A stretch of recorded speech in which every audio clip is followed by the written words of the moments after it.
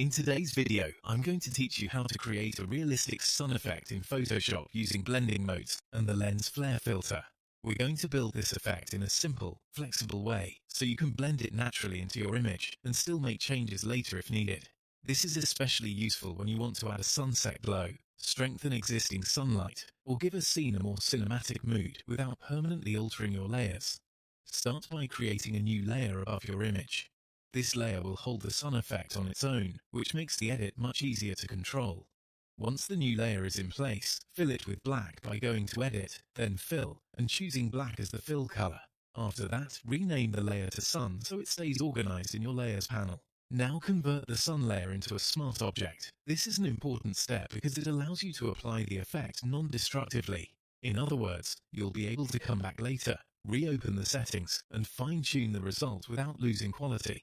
Next, go to Filter, then Render, and choose Lens Flare. In the Lens Flare settings, select the 105mm prime lens type.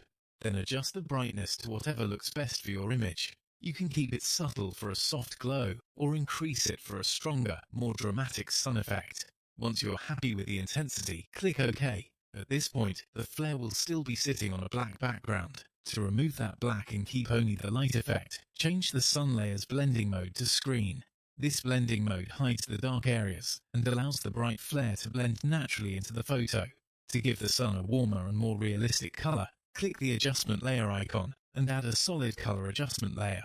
Choose any color for now, then create a clipping mask so that the color only affects the sun layer beneath it. This keeps the rest of your image untouched. After that, change the solid color layer's blending mode to vivid light. Then double-click the color fill thumbnail and switch the color to a warm orange tone. This helps create a more natural sunset-style effect and gives the flare a richer, more believable glow. Because the sun layer is a smart object, you can always go back to the Layers panel and double-click the lens flare filter to reopen it. From there, you can reposition the sun or adjust the brightness until it fits your scene perfectly. And that's it. In just a few simple steps, you've created a realistic sun effect that can completely transform the mood of your photo. Feel free to experiment with different colors, brightness levels, and placement to get the lighting exactly how you want it. Thanks for watching, and I'll see you in the next Photoshop tutorial.